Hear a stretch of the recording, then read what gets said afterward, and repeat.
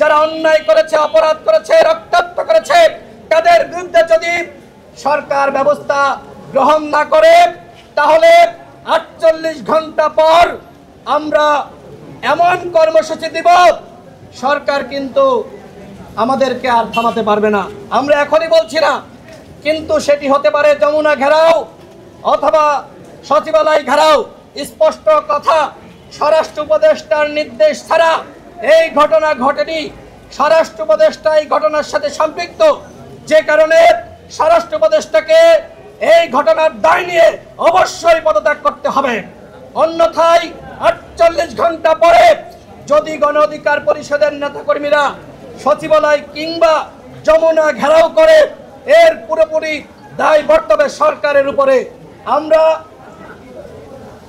আমরা আজকের এই সাংবাদিক সম্মেলন থেকে আবারও সরকারের কাছে স্পষ্ট বার্তা দিচ্ছি, যদি নুরুল হক নূরের উপযুক্ত চিকিৎসা না হয়, যদি নুরুল হক নূরের কোনো ক্ষতি হয়, সেই দায় কিন্তু সরকার প্রধানকে নিতে হবে, স্বরাষ্ট্র উপদেষ্টাকে নিতে হবে। এখনো পর্যন্ত আমরা এতবার বলার পরেও কেন এই স্বরাষ্ট্র উপদেষ্টাকে সরানো হলো না, কেন তাকে জবাবদিহিতার আওতায় হলো না, সেটি আমাদের মধ্যে এক ধরনের সন্দেহ তৈরি করেছে।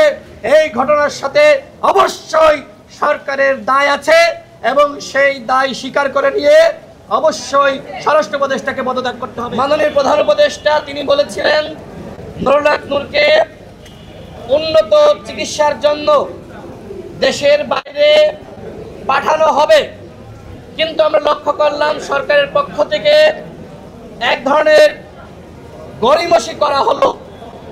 কেন, কি কারণে? প্রধান উপদেষ্টার উপরে কোনো চাপ আছে কিনা, কোনো একটি মহল বা পক্ষ এরকম কিছু বুঝাতে চাচ্ছে কিনা যে নুরুল হক নূর সুস্থ হয়ে উঠছেন, অথবা দেশের বাইরে নিলে এই যে নুরুল হক নূর গুরুতর আহত হয়েছে সেইটা আন্তর্জাতিক মহলের কাছে প্রকাশিত হতে পারে।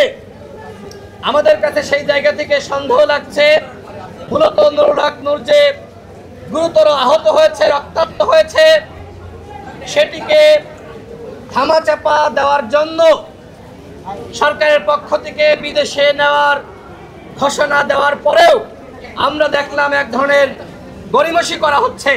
নুরুল হক নূর কখনোই দেশের বাইরে চিকিৎসা নিতে চাননি। আমরা দলগতভাবে সিদ্ধান্ত নিয়েছিলাম, যেহেতু আওয়ামী লীগের আমলে নুরুল হক নূর একাধিকবার হামলার শিকার হয়েছে, যেভাবে তাকে রক্তাক্ত করা হয়েছে সেটি আপনারা সকলেই দেখেছেন।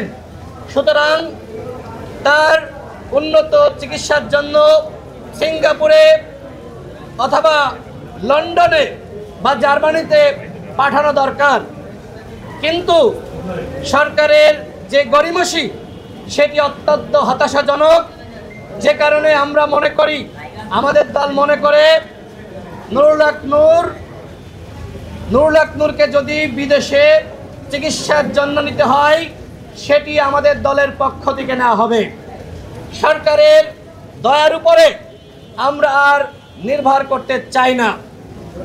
আমরা সরকারের এই ঘোষণাকে, নুরুল হক নূরকে সরকারের পক্ষ থেকে উন্নত চিকিৎসার জন্য বিদেশে নেওয়ার যে ঘোষণা দেওয়া হয়েছিল সেই ঘোষণাকে আমরা প্রত্যাখ্যান করছি।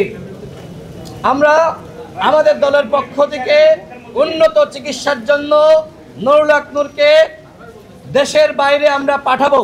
যদিও নুরুল হক নূর বলেছেন তিনি বাংলাদেশের চিকিৎসা ব্যবস্থার উপরে আস্থা রেখে তিনি দেশেই চিকিৎসা নিতে চান,